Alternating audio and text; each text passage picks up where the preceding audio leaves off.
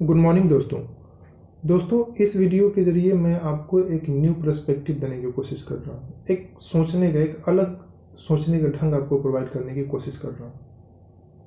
देखिए, आप में से बहुत सारे ऐसे स्टूडेंट होंगे जिन्होंने इस बार पीजी के लिए जेएनयू में अप्लाई किया होगा और यूजी के लिए भी अप्लाई किया होगा।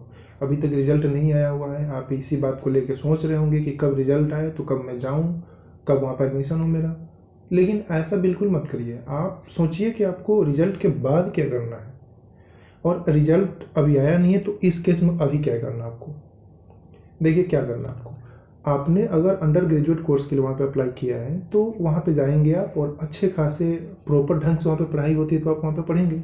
तो उस केस में आपके पास में ऑप्शन ये है कि आप आगे के लिए सोच सकते हैं आगे क्या करना है। और मेनली इंसान जेएनयू में इस पर्सपेक्टिव से जाता है क्योंकि उसको हायर स्टडीज़ करना होता है, या फिर अधिकांश लोग होते हैं जो कि वहाँ पे आईएएस क्लियर करने के लिए जाते हैं और कैंपस की फैसिलिटी बेहतरीन मिलती है, क्लियर कर लेते हैं, वो लोग जाते हैं।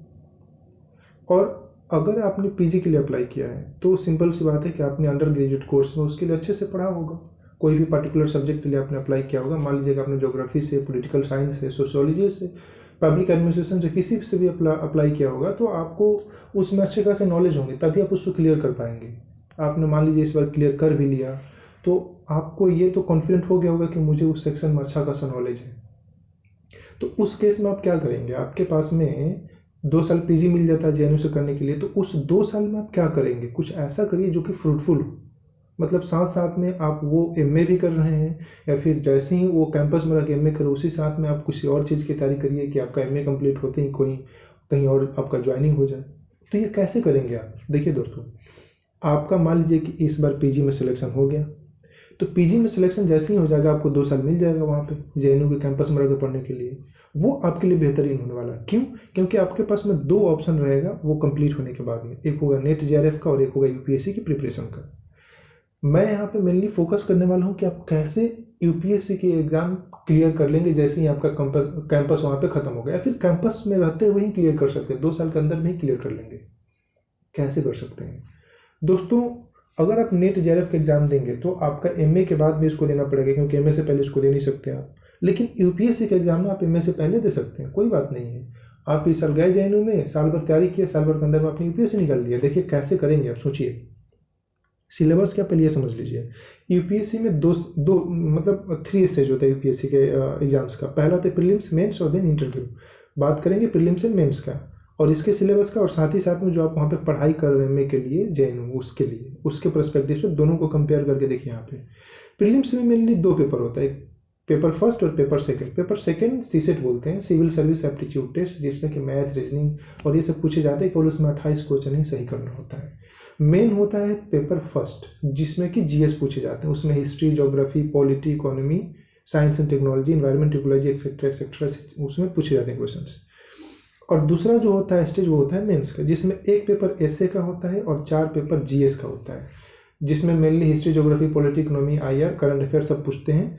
एंड 2 पेपर ऑप्शनल का होता है और 2 पेपर क्वालिफाइंग पेपर होता है। क्वालिफाइंग वाले में केवल आपको 10th लेवल के इंग्लिश और हिंदी पूछे जाते हैं, और ऑप्शनल पेपर वो होता है जो कि आपका स्पेसिफिक होता है। चलिए देखिए, अब आगे देखते हैं।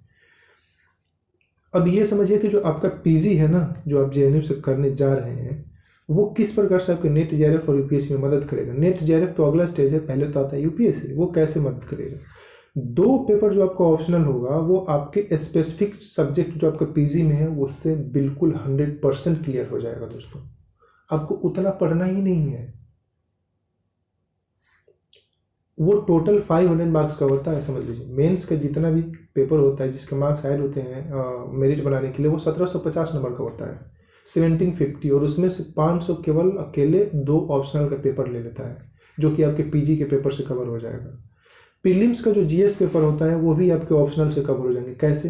ज्योग्राफी अगर आपने लिया है, ज्योग्राफी लिया है तो उसका मेंस में कवर हो जाएगा, उसका ऑप्शनल में कवर होगा। मेंस में कौन सा? मेंस का जीएस का पेपर, मेंस का ऑप्शनल का पेपर, और साथ ही साथ में प्रीलिम्स का जीएस का पेपर कवर होगा। 3 पेपर तो आपका ऐसे ही कवर हो जाएगा। फर्स्ट पेपर जो मेंस का होता है आपका जीएस का, उसमें हिस्ट्री, ज्योग्राफी पूछे जाते हैं, तो ज्योग्राफी का सेक्शन उसमें कवर हो जाएगा आपका, और ऑप्शनल अगर उसने ले तो वो कवर हो जाएगा। तो 750 तो मेंस में ऐसे ही आपको मिल गया। अगर आपने पॉलिटिकल साइंस लिया है तो भी आपका पॉलिटिकल साइंस ऑप्शनल हो जाएगा, और उसमें जीएस के कुछ ऐसे पेपर जिसमें कि पॉलिटिकल साइंस से क्वेश्चन पूछे जाते हैं, वो कवर हो जाएगा आपका। और वो चीज़ आपको प्रीलिम्स में भी मदद करेगा, और ऐसे राइटिंग में भी मेंस में मदद करेगा, इथिक्स में मदद करेगा आपका। सेम केस आपका सोशियोलॉजी में है। तो ये सारे सेक्शन जो है ना, सोशियोलॉजी आपको कैसे मदद कर सके, इंडियन सोसाइटी, वेमेन एम्पावरमेंट, ये सब चीज़ें हैं। ऑप्शनल पेपर, जीएस का पेपर, प्रीलिम्स का paper, GS first second third paper, ethics का पेपर, सब में कवर होगा आपका भाई। कहीं आपको आगे जाना ही नहीं है, कहीं और सोचना ही नहीं है। तो ये कुछ ऐसे सेक्शन है जिससे कि आपका जीएस का मतलब आपका यूपीएससी के जो मेंस देंगे आप, तो उसमें आपका जीएस का पेपर, एसए का पेपर और क्वालिफाइंग पेपर, साथ ही साथ में ऑप्शनल पेपर, सब कवर हो जाएगा उसमें। आप जेएनयू में जा रहे हैं तो वहाँ पे आपको पढ़ना होता है, लेबर करना होता है, अलग अलग तरीके से, अलग अलग सिस्टमेटिक वे से वहाँ पे पढ़ाई की जाती है। उस केस में आपका जो सब्जेक्ट होगा वो पॉलिश्ड होगा, लिखने की जो शैली होगी, लिखने की जो स्टाइल होगी आपकी, वो भी डेवलप होगा वहाँ पे। सोचने की जो क्षमता होगा वो वहाँ पे आपका ब्रॉड हो जाएगा।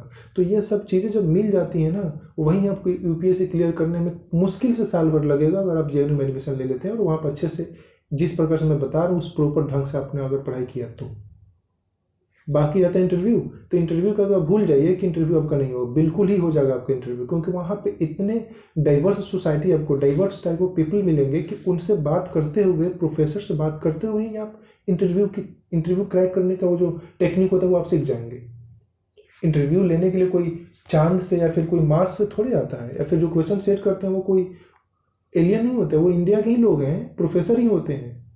और वन ऑफ द मतलब बड़े बड़े जो प्रोफेसर होते हैं वो जेएनयू में पढ़ा रहे होते हैं। कितने तो ऐसे हैं जो कि वहाँ से क्वेश्चन सेट करते हैं। तो आप ट्रस्ट करिए, आप सोचिए आगे के लिए। अगर आपके जेएनयू में हो जा रहा है तो बड़ी अच्छी बात है, अगर नहीं हो रहा है तो आप सोचिए कि आप उस सब्जेक्ट से आगे के लिए तैयारी करना शुरू करिए, क्योंकि हो सकता है अगले बार आपका हो जाए तो फिर वो आपके लिए आईएएस का एक मतलब विंडो खोल देगा आपके लिए। तो ये सब सोच के अगर आप पढ़ाई शुरू करेंगे करना, तो आप कहीं ना कहीं नेट जेआरएफ से पहले ही यूपीएससी क्लियर कर लेंगे। मैं आपको समय समय पे बताने की कोशिश करूंगा कि किस प्रकार से आप पीजी करते हुए यूपीएससी क्लियर कर सकते हैं, क्योंकि आपके पास नॉलेज है, लेकिन अगर एक प्रॉपर गाइडेंस नहीं मिलेगा ना तो फिर आप उसमें फंस जाएंगे। और वो प्रॉपर गाइडेंस मैं आपको दे सकता हूँ, क्योंकि मैं एक यूपीएससी एस्पिरेंट हूँ। मैंने मेंस लिखा है। वो दुख की बात है कि मैंने अभी मेंस नहीं क्लियर किया है, लेकिन मैंने मेंस लिखा है। इवन अभी भी मैं एग्ज़ाम देता हूँ। मैंने 2 बार दिया, मैंने 3 बार दिया भी है, जिसमें से मैंने 1 बार लिखा भी है, और आगे भी मैं देता रहूँगा। मैं आपको ऐसे ही गाइड करता रहूँगा। तो प्लीज़ मेरे वीडियोज़ को लाइक ज़रूर करिएगा, चैनल को सब्सक्राइब कर लीजिए, ताकि मैं जो भी वीडियो डालूँ आपको मिल जाए। और मुझे कमेंट करके बताइए कि आपको किस प्रकार की वीडियो और आईएएस के लिए या फिर जेएनयू के पर्सपेक्टिव से चाहिए। मैं ज़रूर बनाने की कोशिश करूँगा। Thank you so much.